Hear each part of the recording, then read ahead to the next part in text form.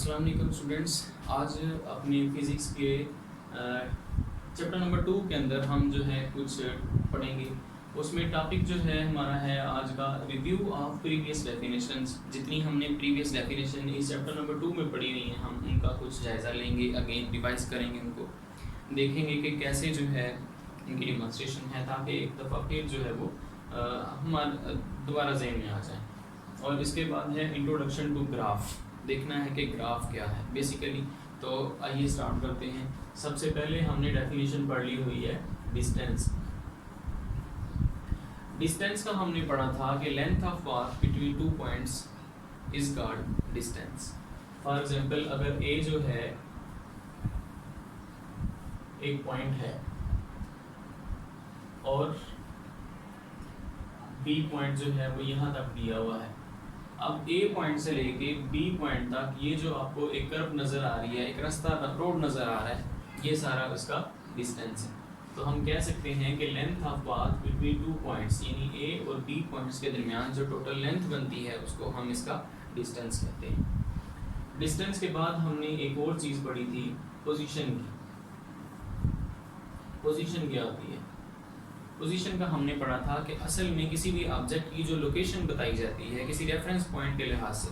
मिसाल के तौर पर अगर यहाँ जो है किसी का घर है और वो स्कूल को, यहाँ पर उसका स्कूल है और वो स्कूल की पोजीशन को डिस्क्राइब करना चाहता है, तो अब ये जो है इसका रेफरेंस पॉइंट है, यानी रेफरेंस पॉइंट के लिहाज से इस स्कूल की जो पोजीशन बता रहे हैं, लोकेशन बता रहे हैं, उसको बेसिकली हम पोजीशन कहते हैं। इसके बाद एक और चीज़ हमने पढ़ी थी डिस्प्लेसमेंट की, कि डिस्प्लेसमेंट जो है वो क्या होती है। डिस्प्लेसमेंट का हमने पढ़ा था the shortest distance between the two points is called displacement. यही एग्जांपल जो है एक दफ़ा दोबारा फिर देख लेते हैं। मिसाल के तौर पर एक ये जो है ए पॉइंट दिया हुआ है और यहाँ तक जो है वो बी पॉइंट है। एक तो तरीकाकार ये है कि हम इस सारे रास्ते पर चलते हुए बी पॉइंट तक ए से चल के आएँ, तो वो जो है टोटल डिस्टेंस मतलब टोटल लेंथ जो हमने कवर की होगी वो असल में उसकी डिस्टेंस होगा। अब हम क्योंकि डिस्प्लेसमेंट पढ़ते हैं और वो होता है शॉर्टेस्ट डिस्टेंस। तो ए से लेके बी तक जो स्ट्रेट लाइन, सीधी लाइन, जो शॉर्टेस्ट डिस्टेंस यानी सबसे कम फासला होगा, मुख्तर तरीन वक्फा रास्ता होगा, वो डिस्प्लेसमेंट उसकी कहलाएगा। इसी तरह से हमने एक और चीज़ पढ़ी कि स्पीड जो है वो क्या होती है। स्पीड हमने पढ़ा कि कोई भी जिस्म यूनिट टाइम के अंदर जितना डिस्टेंस कवर करता है, यानी डिस्टेंस जो है वो स्पीड के साथ जुड़ा हुआ है, यानी कोई भी जिस्म जितना डिस्टेंस कवर करता है यूनिट टाइम के अंदर उसको स्पीड से ज़ाहिर करते हैं। स्पीड का हमने पढ़ा था कि स्पीड जो है ये इक्वल होती है बेसिकली डिस्टेंस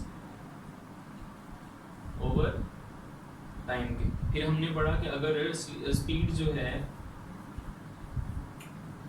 अगर स्पीड जो है इसको हम एस से ज़ाहिर कर लें और डिस्टेंस को डी से ज़ाहिर कर लें ओवर टी, तो ये भी इसका फार्मूला बन सकता है। इसी तरह से स्पीड जो है ये एक स्केलर क्वांटिटी थी, क्योंकि इसमें हमें जो है डायरेक्शन बतानी नहीं पड़ती, और यूनिट हमने इसका पढ़ा था कि वो मीटर पर सेकंड होता है। तो स्पीड के बाद जी हमने पढ़ी थी डेफिनेशन वेलोसिटी की। वेलोसिटी जो है वो डिस्प्लेसमेंट के साथ जुड़ी होती है। तो वेलोसिटी का हमने पढ़ा था कि rate of displacement is called velocity. आसान सी डेफिनेशन है, यानी कि अगर कोई भी जिस्म जितनी डिस्प्लेसमेंट तय करता है यूनिट टाइम के अंदर उसको हम वेलोसिटी कहते हैं। तो अगर हम वेलोसिटी को ज़ाहिर करें तो वेलोसिटी इज इक्वल टू है डिस्प्लेसमेंट ओवर टाइम के। वेलोसिटी को अगर v से ज़ाहिर करें और डिस्प्लेसमेंट असल में डिस्टेंस ही है, तो इसको अगर मैं s से भी ज़ाहिर कर लूँ ओवर t से, तो ये भी एक फार्मूला बन सकता है। इसी तरह से वेलोसिटी जो है वो डिस्प्लेसमेंट ओवर टाइम है। यूनिट हमने इसका पढ़ा था कि इसका यूनिट भी मीटर पर सेकंड है, लेकिन ये एक वेक्टर जो है वो मिकदार होती है, क्योंकि डिस्प्लेसमेंट एक वेक्टर मिकदार है। इसके बाद हमने डेफिनेशन पढ़ी थी एक्सेलरेशन की।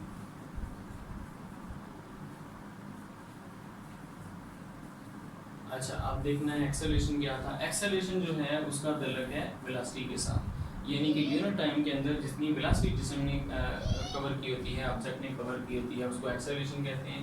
एक्सेलरेशन को हम ए से ज़ाहिर करते हैं और आप इसको, क्योंकि एक का स्टार्टिंग पॉइंट होता है, एक एंड पॉइंट होता है, एक उसकी इनिशियल स्पीड होती है, फाइनल स्पीड होती है, तो एवरेज एक्सेलरेशन को हम vf minus vi over t से भी ज़ाहिर कर सकते हैं। जबकि एक्सेलरेशन जो है इसका यूनिट अगर हम देखें तो वो मीटर पर स्क्वायर सेकंड होता है और ये भी एक वेक्टर मिकदार है। ये था कुछ रिव्यू हमारे आज के टॉपिक का, जो कि हमने पिछली डेफिनेशंस पढ़ ली हुई थी। अब हमने देखना है कि इंट्रोडक्शन टू ग्राफ, कुछ बेसिक आइडिया जो है वो देख लेते हैं कि बेसिकली ग्राफ होता क्या है।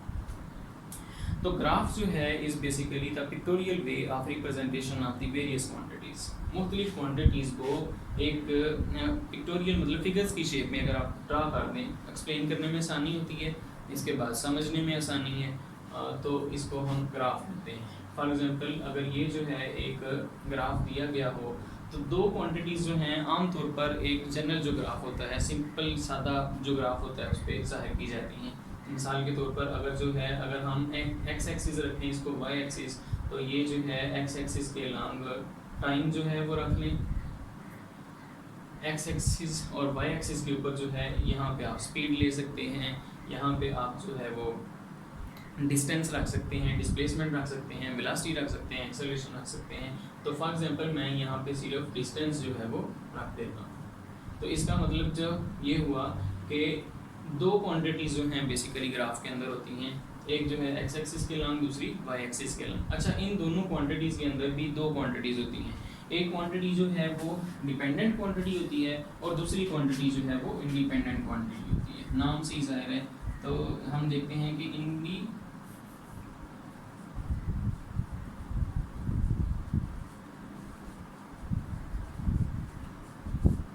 independent quantity and second is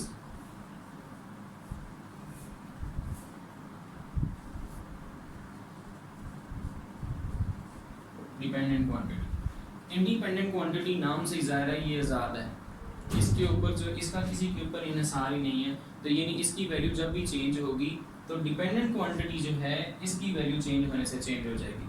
dependent quantity mean जिसकी वैल्यू इंडिपेंडेंट क्वांटिटी के चेंज होने से चेंज हो जाएगी। बहरहाल हम जो है आज के इस टॉपिक में ज़्यादा डिटेल में नहीं जाएंगे, हम सिर्फ कवर करेंगे अपनी डेफिनेशन आज के ग्राफ क्या है। ग्राफ की डेफिनेशन आपने करनी है, graph is a pictorial way of representation of the relation between different quantities. आप दोबारा जो है मतलब देख भी सकते हैं बुक से, चैप्टर नंबर 2 पे ये लिखी होगी। इसी तरह से ग्राफ जो है उसमें आमतौर पर दो वेरिएबल्स, दो क्वांटिटीज़ इस्तेमाल की जाती हैं, जैसे एक जो है एक्स एक्सिस के लॉन्ग, दूसरी वाई एक्सिस के लॉन्ग, और फिर जो है दो क्वांटिटीज़ एक होती हैं इसके अंदर, एक इंडिपेंडेंट क्वांटिटी होती है और एक डिपेंडेंट क्वांटिटी होती है। कल इंशाल्लाह पूरी तैयारी के साथ जो है नेक्स्ट लेक्चर हमारा होगा और उसमें इक्वेशंस ऑफ मोशन जो है वो ड्राइव करनी है। तो कल इंशाल्लाह हम जो है फर्स्ट इक्वेशन ऑफ मोशन जो है इसको, और कोशिश करेंगे सेकंड और थर्ड भी जो है वो हो जाए, लेकिन कम से come first equation of motion जो है हम कल इसको ड्राइव करेंगे। अगर आपको किसी चीज़ की समझ नहीं आई तो आप जो है मुझे व्हाट्सएप पर मैसेज कर सकते हैं, कमेंट कर सकते हैं। आप पूछेंगे तो मेरे लिए फ़ायदेमंद होगा कि दोबारा रिव्यू करके मैं आपको मज़ीद बेहतर तरीके से एक्सप्लेन कर सकूँ। ओके, अल्लाह हाफिज़।